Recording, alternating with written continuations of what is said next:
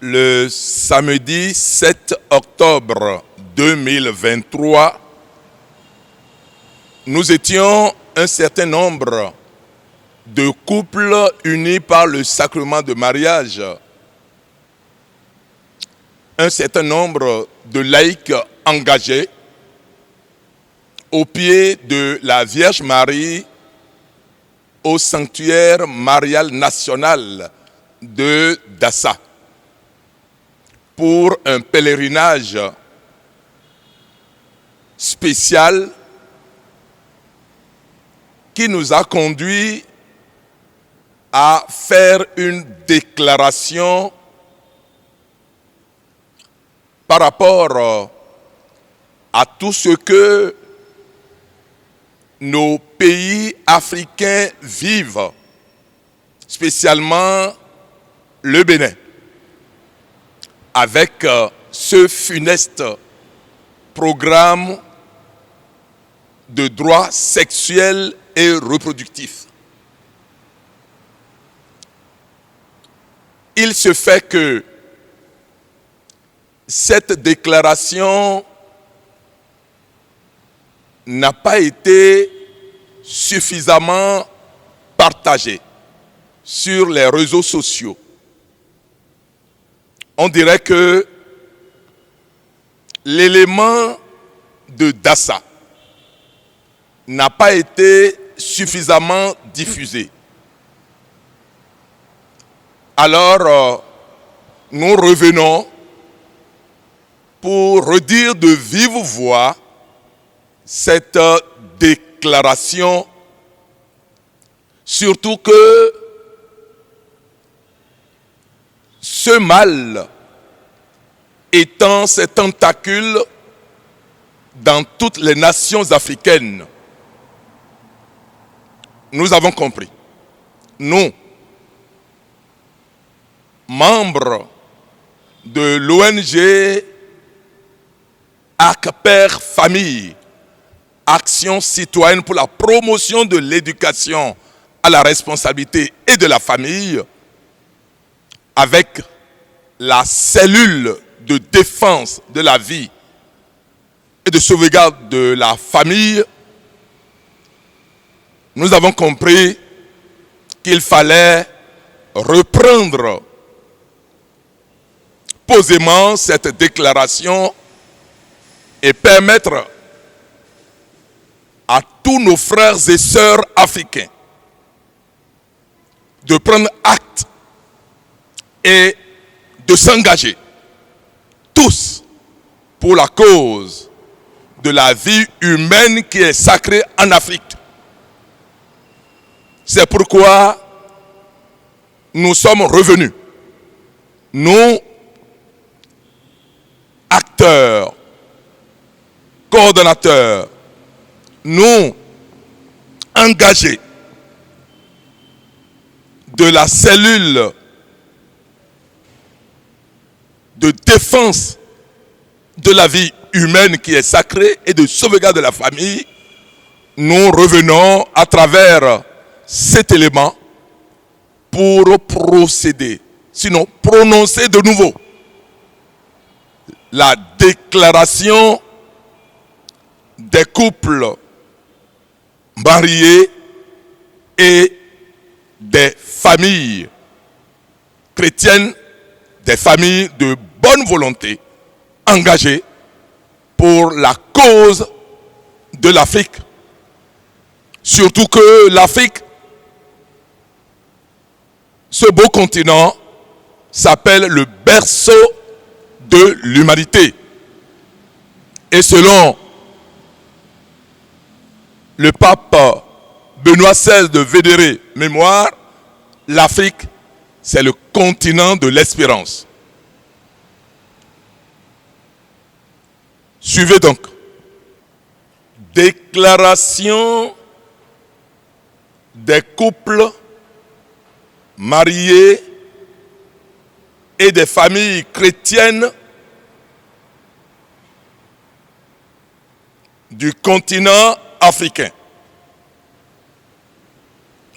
Nous, couple marié et des familles chrétiennes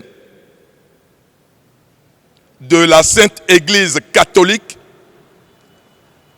après mûre réflexion autour de la situation socio-politique que traverse notre pays, au vu de certaines lois déjà en vigueur et de celles en projet dans les coulisses, avons pris l'initiative de parler et d'interpeller nos chers dirigeants. Car s'il est vrai que le silence est d'or, il est d'autant plus vrai que, face au mal, le silence peut devenir lâche, coupable et complice.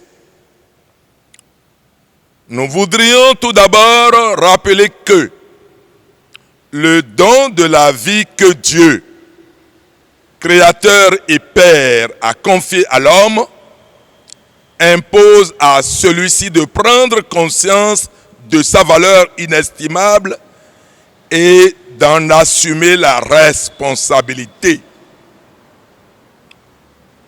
Ce principe fondamental doit être placé au centre de toute réflexion sociologique. Malgré les difficultés et les incertitudes, tout homme sincèrement ouvert à la vérité et au bien peu, avec la lumière de la raison, et sans oublier le travail secret de la grâce, arriver à reconnaître dans la loi naturelle inscrite dans les cœurs la valeur sacrée de la vie humaine depuis son commencement jusqu'à son terme.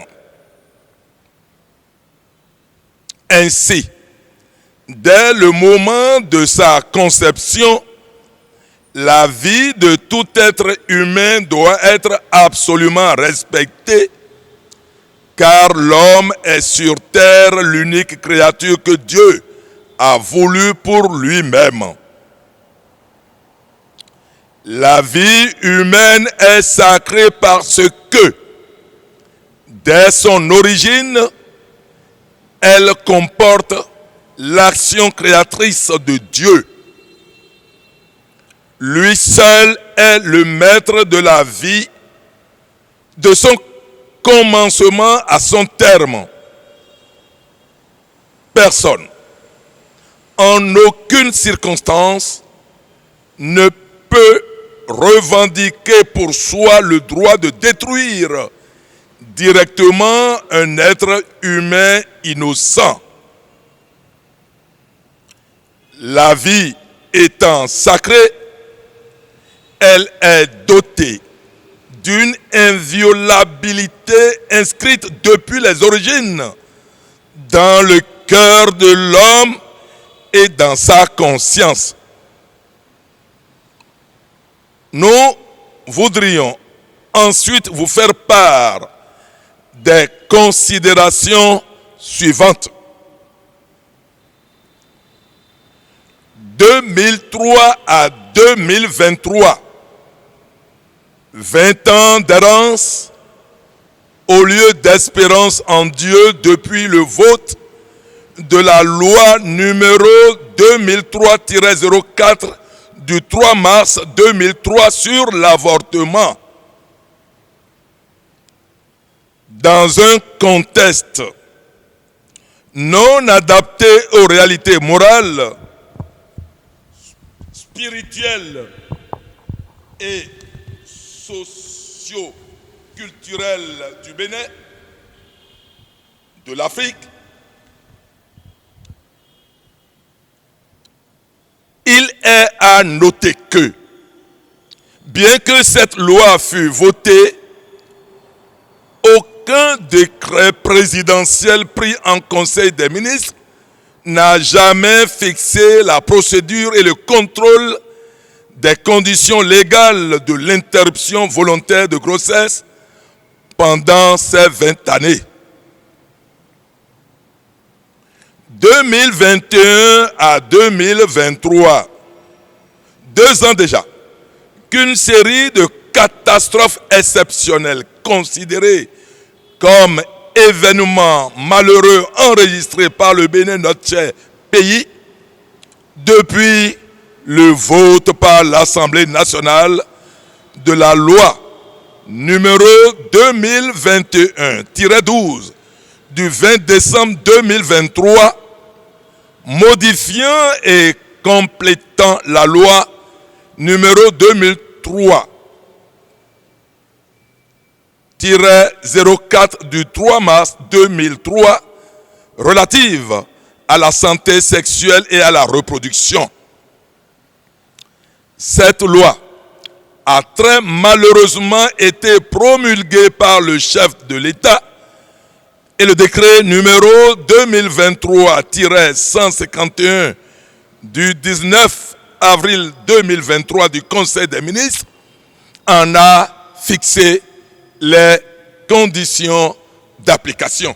Le Conseil des ministres, en date du 3 mai 2023, a annoncé la tenue des assises nationales sur la croissance démographique et le développement au Bénin. Il s'agit en réalité d'une belle formulation pour faire accepter au peuple les desseins cachés, funestes et pervers du malthusianisme et de l'eugénisme. Considérant que toutes ces séries d'actes font suite à la conduite d'un programme cynique non réussi sur la santé dite de la reproduction, qui déboucherait sur l'homosexualité à introduire dans les curricula de formation d'âmes innocentes, pour la plupart non encore adolescentes. Considérant que ces agissements constituent la violation flagrante de l'identité des couples mariés en général et des couples chrétiens en particulier, du fait de la violation des droits naturels de tout homme et de tout l'homme. Considérant le très chaleureux souhait formulé par nos pères évêques à l'issue de leur 69e session plénière ordinaire à l'endroit des organisateurs des assises nationales sur la croissance démographique et le développement au Bénin, nos évêques comptent sur la bonne foi de tous les acteurs convoqués au débat pour des prises de décision qui respectent la dignité humaine, la sacralité de la vie, la sauvegarde de la famille, premier sanctuaire de la vie, et tout ceci dans la crainte de Dieu. Considérant l'article 8 de la Constitution de notre pays, le Bénin, qui déclare que la personne humaine est sacrée et inviolable. Considérant l'article 1 du Code des personnes et de la famille qui stipule que le droit à la vie, à l'intégrité physique et morale est reconnu à l'enfant dès sa conception. Et l'article 123 du même code qui atteste sans embâche que le mariage ne peut être contracté qu'entre un homme et une femme. Considérant que l'Afrique est le continent le moins peuplé de notre planète, considérant que les actes d'homosexualité sont intrinsèquement désordonnés ils sont contraires à la loi naturelle. Ils ferment l'acte sexuel au don de la vie. Ils ne procèdent pas d'une complémentarité affective et sexuelle véritable. Ils ne sauraient donc recevoir d'approbation en aucun cas. Nous, couples mariés, famille chrétienne de l'Église Famille de Dieu qui est au Bénin et en Afrique, condamnons et dénonçons avec nos pères évêques les subtilités néfastes de l'expression santé de la reproduction, comprenant de multiples actions pernicieuses qui abusent de la naïveté de nos populations et poussent au libertinage sexuel, ce qui contribue à la propagation de multiples maladies.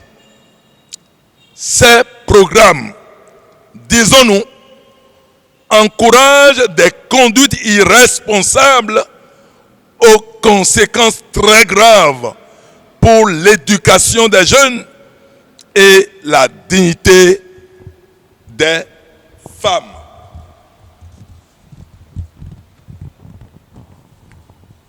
Nous disons donc non à la santé de la reproduction portée par les disciples du malthusianisme qui s'engagent à lutter contre la pauvreté par la réduction du nombre des pauvres. Ils voient la limitation de la croissance des populations comme l'une des premières conditions du développement économique et social. Avec nos pères évêques, nous dénonçons les bourreaux des services de santé qui parviennent à tromper les femmes sur la nature des soins qui leur sont prodigués. Elles sont poussées à la consommation éhontée des pilules contraceptives et abortives. Les accouchements difficiles se multiplient. Les césariennes aussi. La pratique de ligaturée, les trompes se généralisent. On leur pose des styrélés et des norplans pour plusieurs années à leur insu et sans information suffisante et même contre leur gré. La femme africaine castrée est présentée comme la femme libre, moderne et modèle. Le pire, c'est qu'on leur fait croire que ces intolérables actions sont sans conséquence pour leur santé. Ce qui est faux. Pour une affaire de capitaux venant de l'étranger, beaucoup se laissent facilement acheter pour participer à la destruction et à l'assassinat de nos familles. Enfin, nous, couples mariés et familles chrétiennes de l'Afrique, de l'Église Famille de Dieu qui est au Bénin, réunis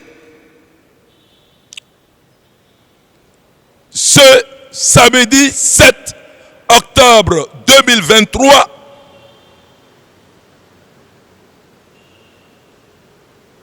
en ce lieu de haute spiritualité, prenant à témoin et comme intercesseur la Mère de Dieu, l'Immaculée Conception, Notre-Dame du Rosaire, Notre-Dame des Victoires, Marie Auxiliatrice, crions haut et fort le caractère scélérat et homicide de la loi numéro 2021-12 du 20 décembre 2023, modifiant et complétant la loi numéro 2003-04 du 3 mars 2003 relative à la santé sexuelle et à la reproduction, susceptible d'hypothéquer l'avenir du continent africain et de l'humanité en général. Nous déplorons avec amertume la panique et le désarroi que cela crée dans le rang des plus faibles ciblés par ce programme que sont les Béninois, en particulier les Africains en général. Nous attirons votre attention et celle des organisations internationales sur le fait que le développement harmonieux du monde ne peut se percevoir uniquement par la manipulation sordide de la sexualité créatrice de la vie, propageant de ce fait une vaste culture de la mort. Certes, nous ne sommes pas indifférents au drame des enfants conçus suite à un viol, ni aux grossesses des filles en milieu scolaire ou en insertion professionnelle, ni encore à ceux des familles déjà nombreuses et ne disposant pas de connaissances ou de moyens pour espacer les naissances. Cependant, malgré la compréhension de ces drames et la compassion profonde avec les familles qui les vivent au premier plan, nous ne pouvons pas taire la vérité selon laquelle jamais aucune de ces raisons ne peut donner objectivement le droit de disposer de la vie d'autrui, même commençante. Et pour ce qui est du malheur futur de l'enfant, personne, pas même le père ou la mère, ne peut se substituer à lui, c'est-à-dire à l'enfant, même s'il est encore à l'état d'embryon, pour préférer en son nom la mort à la vie. Nous déclarons que la vie est un bien trop fondamental pour qu'on la mette ainsi en balance avec des inconvénients même très graves. Il ne peut exister aucune circonstance qui justifierait qu'un homme innocent soit privé de sa propre vie comme un bien pour lui-même ou pour toute autre personne. Avec le Saint-Pape Jean-Paul II, nous déclarons que l'avortement et l'euthanasie sont des crimes qu'aucune loi humaine ne peut prétendre légitimer. Des lois de cette nature non seulement ne créent aucune obligation pour la conscience, mais elles entraînent une obligation grave et précise de s'y opposer par l'objection de conscience. Défendre et promouvoir la vie, la vénérer et l'aimer, c'est là, oui, c'est là une tâche que Dieu confie à tout homme. Avec nos pères évêques, nous réaffirmons que l'accroissement de la population n'est pas dû d'abord à des taux de fertilité effrénés, mais à l'augmentation de la longévité moyenne de la vie, résultant de l'amélioration de la situation sanitaire, contrairement à toutes les clochettes d'alarme. Les estimations les plus fiables nous disent que l'Afrique, malgré sa fécondité élevée, est un continent peu peuplé, avec de faibles densités, sinon de faibles densités, sur la plupart de son territoire. Nous nous opposons radicalement à cette équation. Faible population égale développement économique assuré. C'est une utopie et même un mensonge. Une coïncidence peut toutefois avoir lieu entre les deux termes de l'équation, mais cela n'est jamais automatique. Nous déclarons que toute politique démographique autoritaire de l'État, qu'elle soit sournoise ou déclarée, est inacceptable. Il lui appartient plutôt de protéger le mariage, la famille et la liberté des couples, de garantir la vie des innocents. Au regard de tout ce qui procède, nous exigeons le retrait pur et simple de la loi numéro 2021-12 du 20 décembre 2023, modifiant et complétant la loi numéro 2003-04 du 3 mars 2003 et tous ses appendices. Fait le samedi 7 octobre 2023 au sanctuaire marial national Notre-Dame de la Paix à Dassa Zoumé. Les couples mariés et familles chrétiennes de l'église Famille de Dieu qui est au Bénin, la voix des sans-voix de notre cher et beau pays, le Bénin. Je vous remercie.